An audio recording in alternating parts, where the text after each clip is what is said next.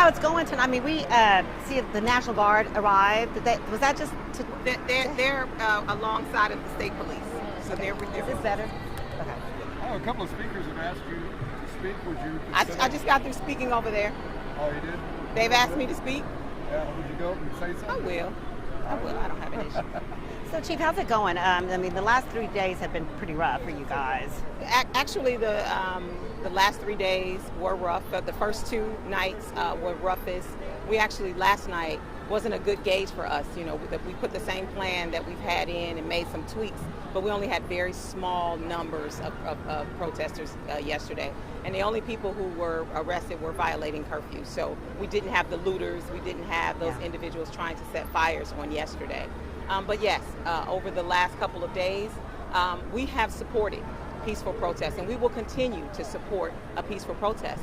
But there are individuals within that crowd who have been breaking out windows, setting fires to vehicles, throwing bricks and rocks and bottles at law enforcement, slashing tires. And that activity is not consistent with peaceful protests, and we will not allow any more damage to the city. We're going to do everything we can to protect. It's not just the city, it's the protesters. There are peaceful protesters who can get hurt in this process. Residents, community members, and our officers, and we won't stand for that. Are you seeing like outside agitators, Antifa, some of those types of groups out here? So there's rumor that that's who they are. We have not identified them, so I can't speculate to any groups that they identify with, but what we've seen is violence and criminality. We saw an individual use a weapon to shoot the windows out of the Rolex store. They shot through different stores in Deep Ellum. They've broken into stores stealing weapons and ammunition. And so that is not consistent with individuals who are mourning, who are in pain regarding the racial tension between law enforcement and police. And we know that they exist. They've existed for many, many years. But what happened to Mr. Floyd is tragic. And the officer who wears the same uniform that we wear, he is not representative of us. His actions are not indicative of who we all are. There are 18,000 police departments in this country, over 800,000 members. And most of us do the right thing all the time. Most of us never pull our weapons throughout our careers, and we never kill anyone, especially not intentionally. And so I want us to make sure that we remember that the police department here is focused on safety for the entire community, and that's what we're focused on. Can you talk about the excessive... What are you going to give the people parked over there but have to walk to get their cars? We're actually allowing them to do that. We understand that they have to get to their cars. This is not adversarial. This is just about enforcing the law to ensure that no more vandalism, no more looting takes place, no more setting fires and breaking windows out of buildings. That is what the curfew is for, because we want to make sure that we have a safe city. So we're not intentionally trying to lock people up. We know they were over there protesting, they have to get to their cars, and we're allowing them. Can you talk a little bit about the excessive force case that you guys are looking at with the 2 officers? Yes, today about 3:30, I think an email came out to us notifying us that 2 individuals had been taken to Baylor Hospital, and that one had experienced an eye injury from a projectile that they said it came from a yellow weapon. So we have been told that they believe that it's one of our 9mm stingers. And so there's another individual who has a broken jaw.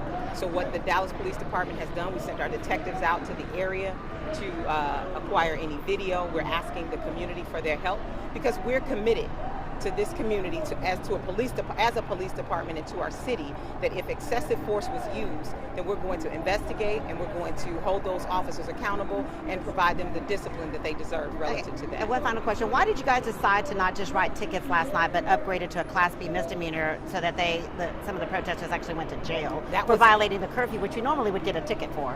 That was the way the ordinance was written, and we decided that if we were truly going to make these individuals come out of the area, issuing them a ticket doesn't get them out of the area. They still are in the area, and if they're committed to not leaving, how then do we make the city safe?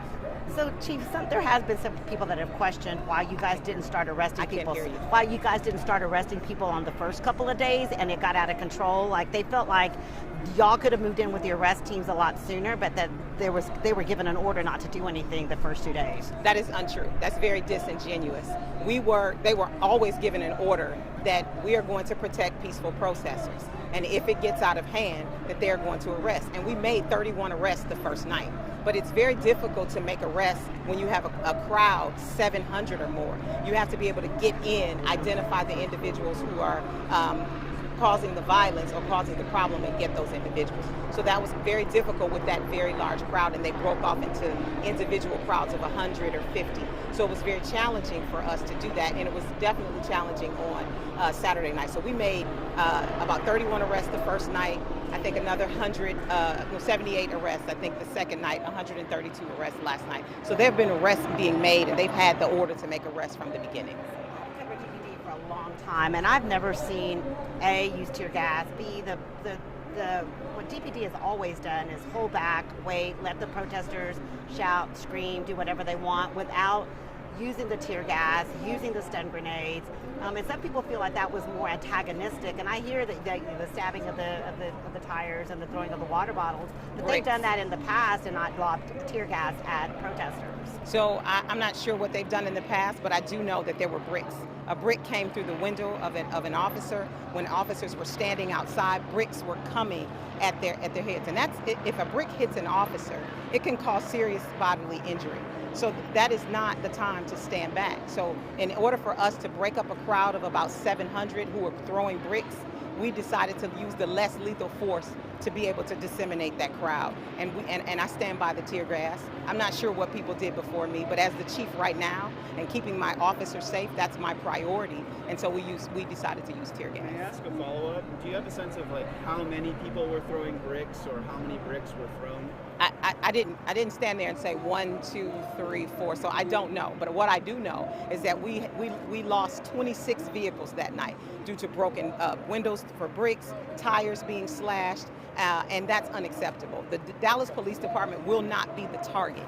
We are here to protect our residents. We're here to protect peaceful protests, but we will not be assaulted. We will not be the target. We will not be the subject of violence because it's our responsibility to keep everybody else safe. And I have to take a call because I think this is my boss calling me. My phone is blowing up. Thank you so much. Thank you.